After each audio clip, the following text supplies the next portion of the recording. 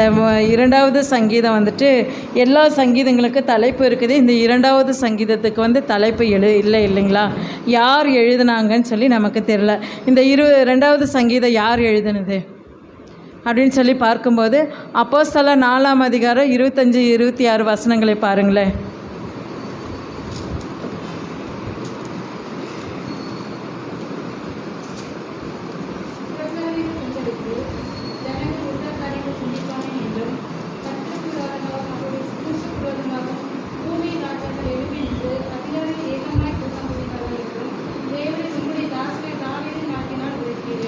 போதுங்க. இங்கே வந்து என்ன செய்தார் தாவீதின் இந்த ஒவ்வொரு வசனங்களுக்கும் ஜோடியான வசனங்கள் உண்டு நம்முடைய வேதத்தில். இரண்டாவது சங்கீதத்திற்கும் அப்போஸ்தலர் 4ஆம் அதிகாரம் 25, 26 வசனங்களுக்கும் ஒரு தொடர்பு உண்டு. அப்போ இங்கே வந்து அந்த வசனத்தை யார் எழுதியிருக்கிறாங்கன்னா தாவீது தான் அந்த சங்கீதத்தை எழுதியிருக்கிறாருன்னு சொல்லி நம்ம பார்க்குறோம். இங்கே வந்து இந்த இரண்டாவது சங்கீதத்தை தெளிவாக நம்ம இந்த அப்போஸ்தலர் 4ஆம் அதிகாரத்தில் தேவன் நமக்கு வெளிப்படுத்துகிறார். அப்போ இங்கே நாம் பார்க்கும்போது இந்த ரெண்டாவது சங்கீதத்தில் முதல் 3 வசனங்கள் பார்க்கும்போது இதை வந்து நம்ம 4 கேட்டகரியாக பிரிக்க போகிறோம். 1, 2, 3 வசனங்கள் வந்து ஜனங்கள் கொந்தளித்து அபிஷேகம் பண்ணப்பட்டவங்களுக்கு விரோதமாக ஜனங்கள் கொந்தளித்து என்ன செஞ்சாங்கன்னு சொல்லி பார்க்குறோம். அப்போ அந்த 4, 5, 6 வசனங்கள் மூலமா தேவன் அவர்களுக்கு என்ன செய்தார்னு சொல்லி பார்க்குறோம். 6, 7, 8, 9 வசனங்களில் வந்துட்டு என்னன்னாக்கா தேவனுக்கு இயேசு கிறிஸ்துவுக்கும் தாவீதுக்கும் உள்ள தொடர்பை பார்க்குறோம். 9, 10, 11, 12 இந்த வசனங்களில் பார்க்கும்போது நாம் அவர் கோபம் கொள்ளாதபடியும் நம்ம வழியிலே அழிந்து போகாதபடி நாம் என்ன செய்ய வேண்டும் என்று சொல்லி நமக்கு தெளிவாய் தேவனை உணர்த்துகிறத பார்க்குவோம். இங்கே பார்க்கும்போது 1, 2, 3 வசனங்களில் பார்க்கும்போது ஜாதிகள் கொந்தளித்து ஜனங்கள் என்ன செய்யுங்க விருதா காரியத்தை சிந்திப்பானேன்னு சொல்லி இப்போ பார்க்குறோம். 2வது வசனத்தில் கர்த்தருக்கு விரோதமாகவும் அவர் அபிஷேகம் பண்ணப்பட்டவருக்கு விரோதமாகவும் அவர் என்ன செய்தாங்க பூமியின் ராஜாக்கள் எழும்பி நின்று ஏகமாய் ஆலோசனை பண்ணினார்கள்னு சொல்லி பார்க்குறோம். அப்போ இங்கே தாவீது வந்துட்டு யார் அபிஷேகம் பண்ணினா? கர்த்தர் தானே தாவீது ராஜாவை அபிஷேகம் பண்ணினார். ஆனால் இங்கே மற்ற ராஜாக்கள் அவரை சூழ்ந்திருந்த ராஜாக்கள் வந்து என்ன செஞ்சாங்கனாக்கா அவரை எதிர்த்தாங்க இல்லைங்களா? அவர் எதிர்த்து தாவீதை வந்து இப்போ சவுல் கூட என்ன செஞ்சாங்க தாவீதை கொன்று போடும்படியாக அவர் துரத்தி கொண்டே இருந்தார். அவரை அழிக்கும்படியாக ஆலோசனை பண்ணி கொண்டே இருந்தார் இல்லைங்களா? அது மாத்திரம் இல்லைங்க, இங்கே புறஜாதியார் வந்துட்டு புறஜாதிகள் அப்படின்னு சொல்லும்போது என்னன்னாக்கா கிறிஸ்தவர்களுக்கு விரோதம் கிறிஸ்தவர்கள் அல்லாத யூதருக்கு அடுத்தவங்க புறஜாதியாக இருக்கிறவங்க என்ன செய்தாங்கனாக்கா அபிஷேகம் பண்ணப்பட்டவராக இயேசு கிறிஸ்துக்கு விரோதமாக என்னங்க எழும்பி நின்னாங்கன்னு சொல்லி பார்க்குறோம். அதே போல் வந்துட்டு என்ன செய்கிறாங்கனாக்கா தாவீதுக்கு விரோதமாக அநேக ஜனங்களும் அநேக ராஜாக்களும் எழும்பி நின்று அவருக்கு விரோதமாக என்ன செஞ்சாங்கனாக்கா ஆலோசனை பண்ணி அவரை அழித்து போடும்படியாக என்ன செஞ்சாங்கனாக்கா ஆலோசனை பண்ணி அவர் கட்டுகளை அறுத்து அவர் கயிறுகளை நம்ம விட்டு எரிந்து போடுவோம் என்கிறார்கள்னு சொல்லி. அப்போ இங்கே கர்த்தரால் அபிஷேகம் பண்ணப்பட்டவர்களுக்கு விரோதமாக அவர்கள் ஜனங்கள் எழும்பி ஆலோசனை பண்ணி அவர்கள் வந்துட்டு அவர்களை அழிக்க முற்படும்போது அடுத்த 4, 5, 6 வசனங்களில் பார்க்கும்போது தேவன் என்ன செய்வாராமா அபிஷேகம் பண்ணப்பட்டவர்களுக்கு விரோதமாக எழும்பி நிற்கிறவர்களை பார்த்து தேவன் என்ன செய்வாராமா நகைப்பாராமா. என் பிள்ளைக்கு விரோதமாக வந்து இவங்க எழும்பி நிற்கிறாங்கன்னு சொல்லி தேவன் அவர்களுக்கு செய்ய போகிறத நினைத்து என்ன செய்வாராமா நகைப்பாருன்னு சொல்லி பார்க்குறோம். இன்றைக்கு நம்ம உலக வாழ்க்கையில் பார்க்கும்போது என்னன்னாக்கா அபிஷேகம் பண்ணப்பட்டவர்கள் அப்படின்னா தேவ ஜனங்கள் தேவனால் அபிஷேகம் பண்ணப்பட்டவர்களுக்கு விரோதமாக இன்றைக்கி பூமியின் ராஜாக்கள் எழும்பி நிற்கிறாங்கன்னு சொல்லி பார்க்குறோம்.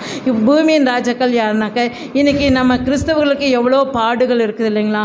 ஊழியக்காரர்கள் அபிஷேகம் பண்ணப்பட்ட ஊழியக்காரர்களுக்கு விரோதமாக நம்மளுடைய ஆட்சி தலைவர்கள் கூட எழுந்து நிற்கிறாங்க. ராஜாக்கள்ங்கும்போது ஆட்சி தலைவர்கள் வந்து ராஜாக்களை எடுத்துக்கலாம் நம்ம இல்லைங்களா?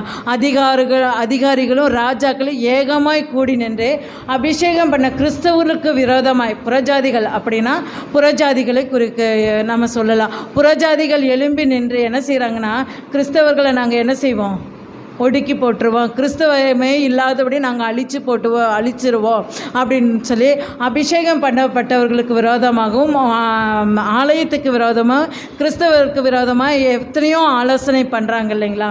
ஆலோசனை பண்ணி நம்ம கிறிஸ்தவமே நம்ம தேசத்தில் இல்லாதபடி நம்ம என்ன செய்வோம், அழித்து போடுவோன்னு சொல்லி அநேக ஆலோசனைகள் செய்கிறாங்க, அநேக திட்டங்களை வகிக்கிறாங்க. ஆனால் இங்கே வேதம் சொல்லுகிறது என்னன்னாக்கா, அவர்களை பார்த்து தேவன் என்ன செய்வாராமா, நகைப்பாருன்னு சொல்லி பார்க்குறேன். அவரை பார்த்து தேவன் நகைச்சு என்ன செய்வாரா, நான் அபிஷேகம் பண்ணப்பட்ட ஜனங்களுக்கு விரோதமாக எழும்புங்கிறவங்கள அவர் எப்படி அழித்து போடுவாராமா, இருப்பு கோலால் என்ன செய்வார், குயக்கழத்தை. அந்த 9ஆம் வசனம் இப்போ சொல்லுது, இருப்பு கோலால் அவர்களை நொறுக்கி குயக்கலத்தை போல அவர்களை உடைத்து போடுவீர் என்று சொன்னார்னு சொல்லி பார்க்குறோம். அப்போது அந்த நம்ம அபிஷேகம் பண்ணப்பட்டிருக்கு விரோதமாக ஆலோசனை பண்ணி எழும்புகிற ஜனங்களை எப்படி அவர் அழித்து போடுவாராமா, அபிஷேகம் பண்ணப்பட்டவர்களுக்கு அந்த அதிகாரத்தை கொடுத்துருக்கிறாரு. ராஜாக்களுக்கு இப்போ தாவீதுக்கு அந்த அதிகாரத்தை கொடுத்திருந்தார் இல்லைங்களா, அதுபோல் நமக்கும் அபிஷேகப்பட்ட பிள்ளைகளுக்கு அந்த அதிகாரத்தை கொடுத்துருக்கிறார். இருப்பு கோளால் அது மாத்திரம் இல்லை, தேவன் இங்கே சொல்கிறாரு, அபிஷேகம் பண்ணப்பட்டவர் இயேசு கிறிஸ்துவையும் குறிக்குது. அப்போ இங்கே அதுக்கு முன்னாடி வசனம் சொல்லுது, தீர்மானத்தின் விவரம் சொல்லுவேன், கர்த்தர் என்னை நோக்கி நீர் என்னுடைய குமாரன், இன்று நான் உண்மை ஜெனிப்பித்தேன். அப்போ இங்கே இயேசு கிறிஸ்துவை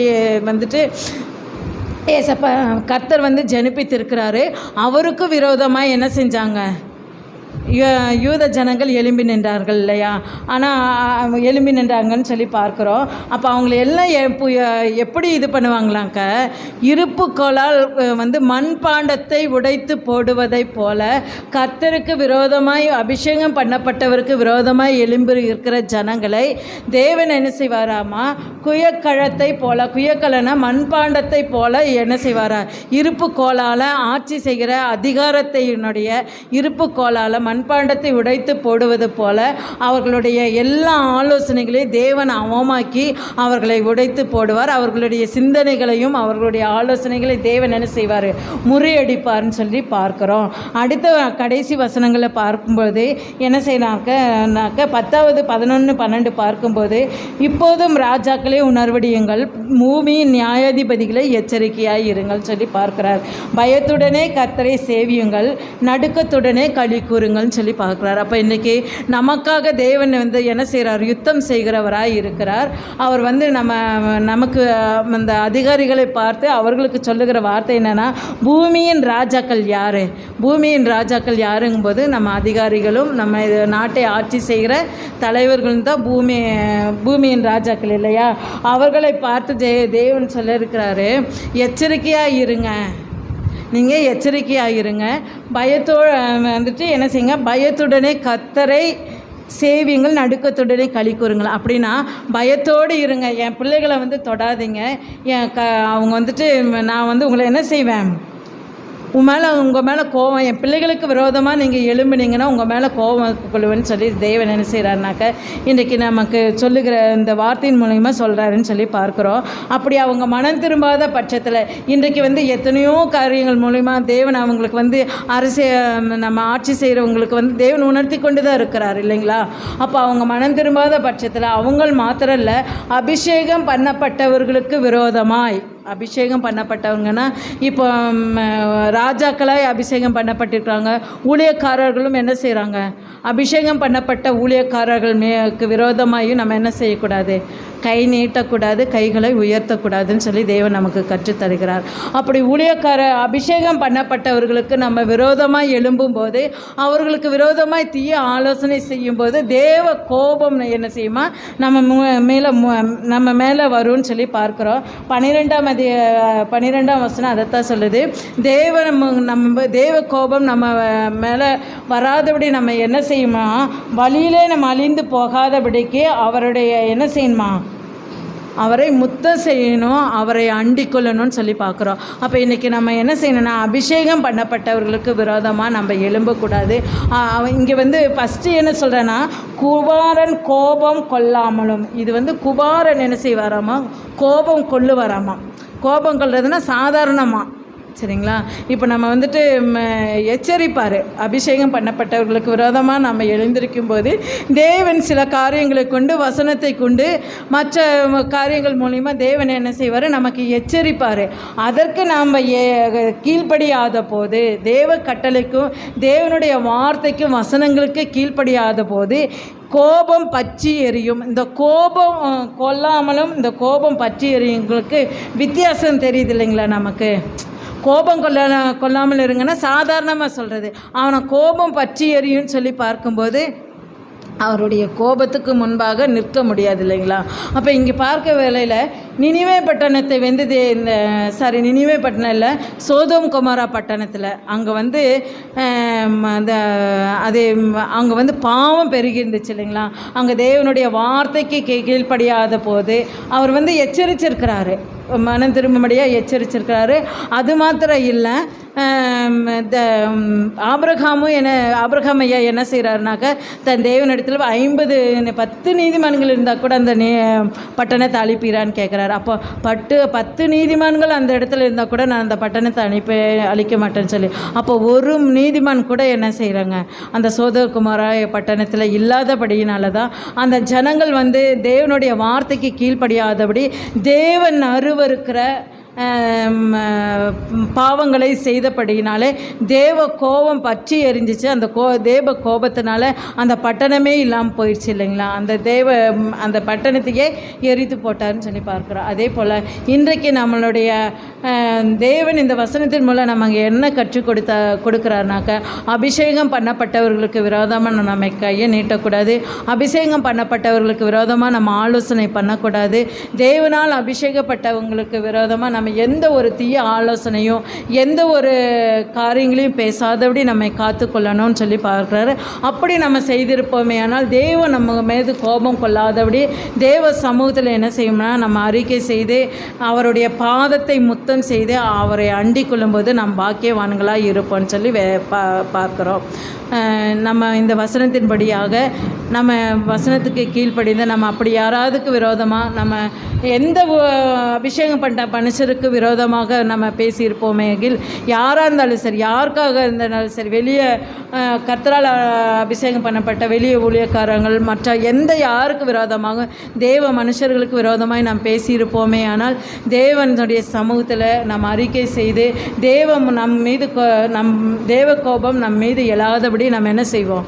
அவருடைய பாதத்தை முத்தம் செய்வோம், அறிக்கை செய்து நம்ம மனம் திரும்பி தேவனுடைய வார்த்தைக்கு கீழ்ப்படிந்து நடப்போம். கர்த்தர் தாமே இந்த வசனத்தின்படியாக நம்மை பாதுகாப்பாராக. ஆமென்.